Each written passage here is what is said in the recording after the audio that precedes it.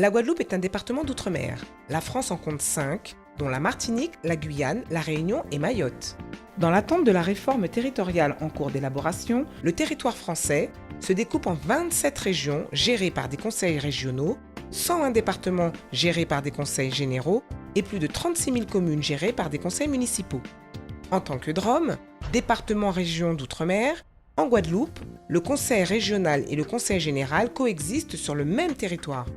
Jusqu'au renouvellement de 2015, pour élire les membres du conseil général, on divise le département en cantons.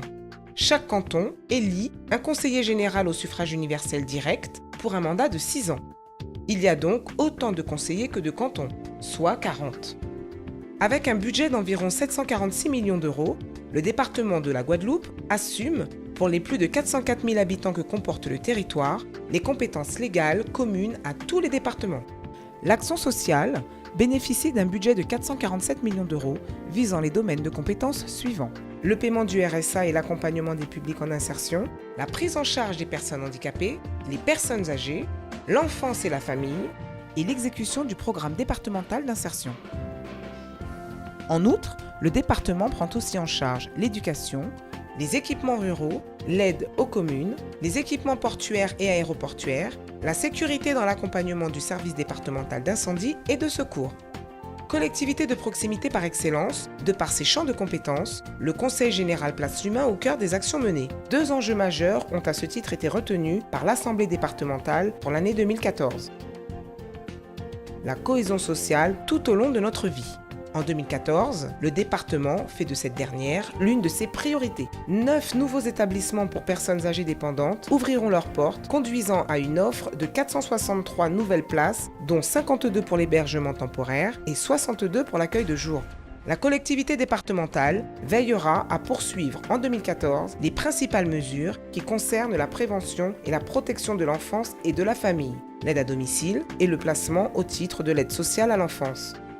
Le programme départemental d'insertion, quant à lui, contribuera à l'accompagnement social et professionnel des bénéficiaires du RSA et des autres publics à risque d'exclusion. Les contrats uniques d'insertion. La cohésion territoriale est la 2e priorité du département.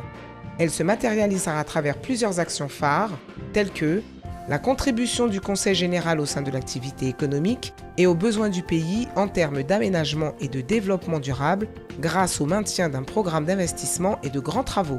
Le maintien d'un bon niveau d'investissement pour l'entretien du réseau routier et de ses dépendances ainsi que la sécurisation des ouvrages d'art. L'effort consenti pour l'accompagnement des communes sera maintenu. Le Conseil général de Guadeloupe continuera de soutenir sans faille la jeunesse à travers la mise en place d'actions contribuant à son épanouissement. Le prix d'excellence, la bourse du président, le prêt départemental étudiant qui soutiennent et encouragent la réussite scolaire et universitaire.